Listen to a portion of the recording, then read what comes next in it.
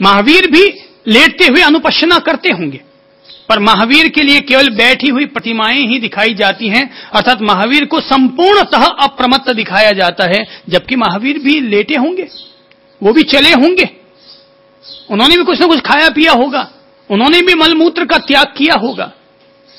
पर जब अपन किसी को आदर्श बना लेते हैं तो अपन केवल उसकी श्रेष्ठ चीज को दिखाना चाहते हैं, बाकी सब चीजों को गौण कर देते हैं। महावीर को भी लेटे हुए दिखाया जाना चाहिए और बताया जाना चाहिए कि महावीर लेटे हुए किस तरह से अनुपश्यना करते थे, अपना ध्यान करते थे। क्योंकि साधक अहर्निश सपने में भी अनुपश्यना करता है, शरीर को नींद देता है, तब भी वह उसकी अनुपश्यना जारी रहती है, क्योंकि उसकी सचेतनता कभी भी खंडित नहीं होती। इसीलिए कहते हैं असली सचेतनता की कसौटी तभी है जब व्यक्ति रात को सोए वक्त अपनी करवट बदलता है और उस करवट के बदलने का भी उसे बोध हो, वह उसका भी संप्रज्ञान करे, उसको भी वो भलीभांति जाने, तो कहा जाता है अब इसकी प्रज्ञाशीलता सधी है। अब वो कुछ उसकी जागरूकता भीतर में सधी है। इसीलिए तो अपन लोग झैन के डंडे की कहानी हमेशा याद रखते हैं, और उस झैन के डंडे में कहते हैं राजा पहुंचता है गुरु के पास और जाकर कहने लगता है कि मुझे समाधि प्राप्त करनी है, कितने सालों में प्राप्त कर लूंगा? गुरु कहते हैं यही कोई 30 साल में। बोले महाराज 30 साल तो बहुत होते हैं, 30 साल तक मैं साधना करूंगा, इतना मेरे पास वक्त नहीं है। बोले ठीक है 15 साल में काम करवा देंगे। बोले 15 साल बहुत होते हैं महाराज। बोले अच्छा ठीक है 10 साल में। बोले 10 साल नहीं, वो भी बहुत है। बोले अच्छा 5 साल। बोले 5 साल भी बहुत होते हैं। अच्छा 3 साल। बोले साहब 3 साल। बोले इससे कम में काम नहीं होगा, ये लास्ट पीरियड तुम्हें दे दिया है, 3 साल में जो मिलना है वो मिल जाएगा। अब चूंकि राजा के मन में आत्मज्ञान प्राप्त करने की प्यास थी, समाधि प्राप्त करने की प्यास थी, इसलिए रुक गया और 3 साल के लिए समर्पित हो गया। पर जैसे ही वो रुका कि गुरु ने कह दिया तो रुक तो सकता है, पर सावधान, इन 3 सालों में तू किसी तरह का प्रश्न नहीं उठा सकेगा, कोई प्रतिक्रिया नहीं कर सकेगा, जैसा कहूं वैसा ही करना होगा। बोले महाराज बिल्कुल, आप कहेंगे उठ तो उठ, आप कहेंगे बैठ तो बैठ, एक बट कुछ नहीं। ठीक है, राजा रह गया, 1 साल रहा। 1 साल में एक बार भी गुरु ने न ज्ञान की बात की न साधना की बात की। साल भर तक उनसे काम करवाते रहे, कभी झाड़ू निकलवाते, कभी पोंछा लगवाते, कभी लकड़ियां कटवा के मंगवाते चूल्हे के लिए, कभी भोजन पकवा के मंगवाते, कभी पानी दूर दूर से मंगवाते, केवल मेहनत करवाते। राजा को लगा यार ये गुरु मुझे बेवकूफ तो नहीं बना रहा है, बेटा रोजाना मुफ्त के काम करवाता रहता है, साधना की बात नहीं करता, पर पूछूं कैसे? जबान से बंधा हुआ हूं कि कोई प्रतिक्रिया नहीं, कोई प्रश्न नहीं, जैसा कहूं वैसे ही करोगे, बट कुछ नहीं। वो बेचारा राजा फंसा, बुरा फंसा, जा भी नहीं सकता, रहने की अब इच्छा भी नहीं है। और अचानक गुरु ने आगे कह दिया कि आज पानी वो पास वाले कुएं से मत लाना, 5 किलोमीटर दूर वाले कुएं से पानी लेके आना। बोले यार ये तो परेशान पर परेशान करता चला जा रहा है, ध्यान व्यान की ज्ञान व्यान की कोई बात ही नहीं करता।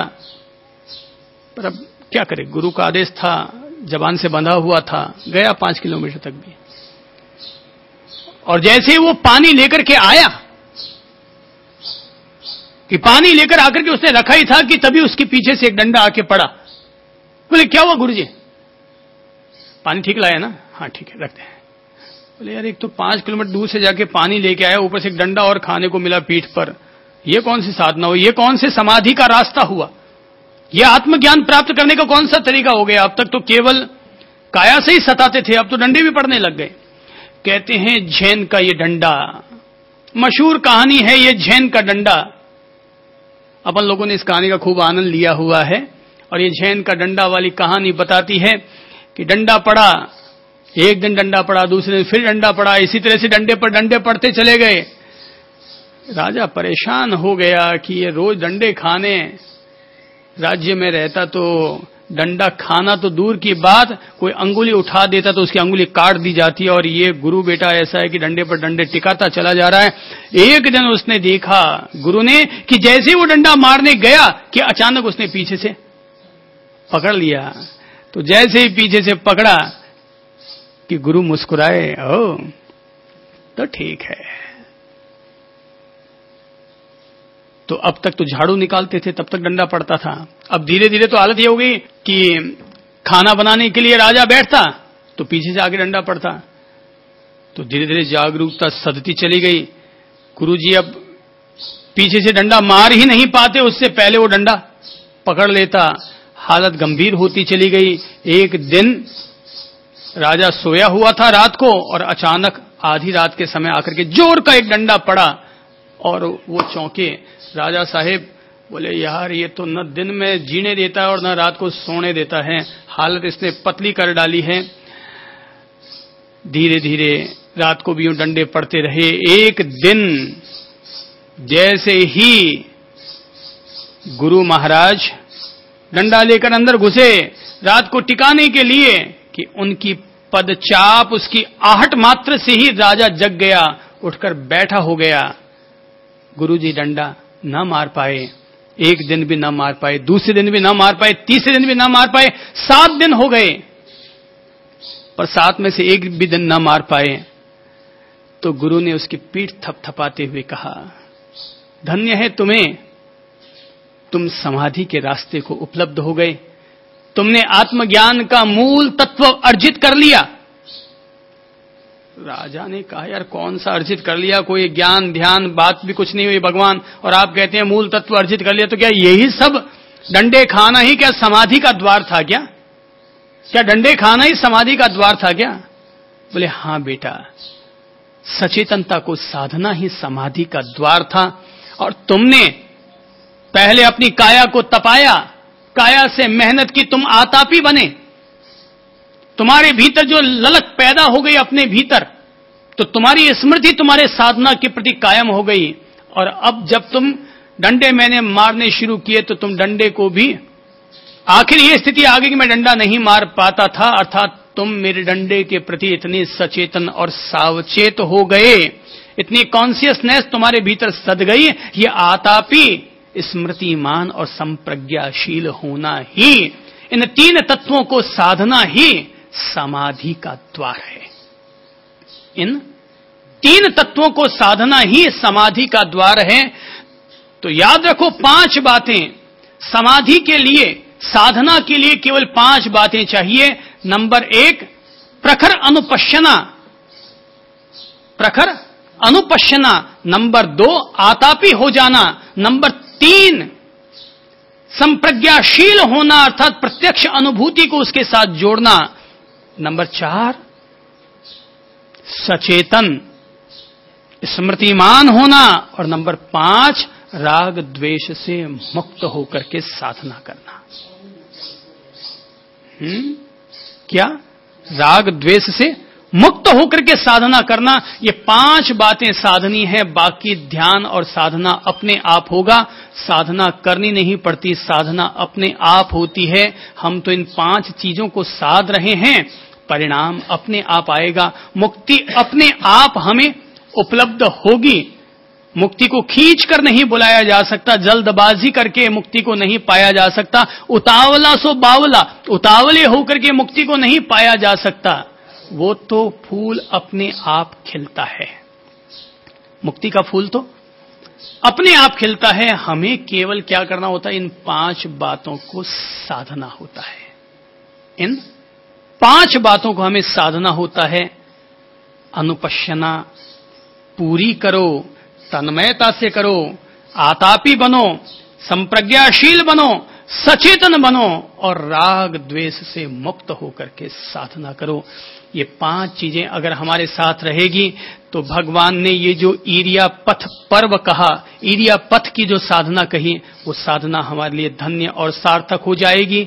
अर्थात जब हम आनापान योग करें तो इन 5 बातों का बोध रखें, और जब आनापान करते हुए जब हम खड़े हो जाएं तो साधक भली भांति जाने, इस समय मैं चल रहा हूं, इस समय मैं ठहरा हुआ हूं, इस समय मैं लेट रहा हूं।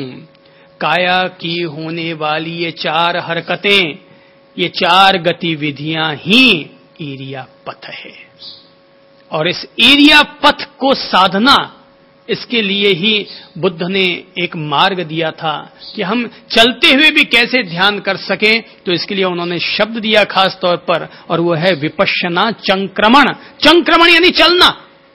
तो चलते हुए विपश्यना करना, चलते हुए अनुपश्यना करना, अर्थात चलते समय हमारा पांव जमीन पर रखा जा रहा है, इसका बोध हो रहा है। पांव उठ रहा है, उसका भी बोध हो रहा है। और पांव के उठने और रखने में ये जो उदय और विलय हो रहा है, अनुपश्यना करने वाला साधक अपने इन पांवों को भली भांति जानता है। याद रखो, जब हम अनुपश्यना करते हैं तब केवल अनुपश्यना होनी चाहिए, बीच में अन्य किसी का भी हस्तक्षेप नहीं होना चाहिए। जब चलते हुए अनुपश्यना कर रहे हैं तो केवल चलने पर ध्यान दें, इधर उधर की न सोचें, इधर उधर न बोलें, इधर उधर न देखें। चलते समय केवल चलने पर ही ध्यान दें, तो वो होने वाली अनुपश्यना भी हमारे लिए साधना होगी। अर्थात हंसी बा, खेली बा, धरी बा ध्यानम, हंसते हुए खेलते हुए भी हम ध्यान धर सकते हैं। चलते हुए, फिरते हुए, खाते हुए, हंगते हुए, मूतते हुए, कपड़े पहनते हुए, कहीं आते हुए, कहीं जाते हुए, हम हर रूप में ध्यान धर सकते हैं, बशर्ते हम हर तत्व के प्रति, हर परिस्थिति के प्रति, हर उदय विलय के प्रति, शरीर और वाणी के हर कर्म के प्रति हम संप्रज्ञान करते रहें, भली भांति जागरूक रहें, भली भांति बोध रखें। ये जो भली भांति वाला जो शब्द है ना, भली भांति, दो शब्दों को हमेशा याद रखो। नंबर एक लगातार, नंबर एक लगातार लगातार लगातार, नंबर दो भली भांति भली भांति भली भांति। तो लगातार और भली भांति ये दो शब्द जहां मिलते हैं वहां अपने आप साधक आतापी भी होता है, संप्रज्ञाशील भी होता है और सचेतनता को भी प्रखरता से साधा करता है। आज अपन लोग आनापान से आगे बढ़ते हुए कायानुपश्यना की तरफ बढ़ते हुए इतना सा समझते हैं और इतनी बात को अपनी प्रैक्टिकल लाइफ में जीने का अभ्यास करते हैं, प्रयत्न करते हैं। अपनी ओर से आज इतना ही अनुरोध करता हूं। नमस्कार।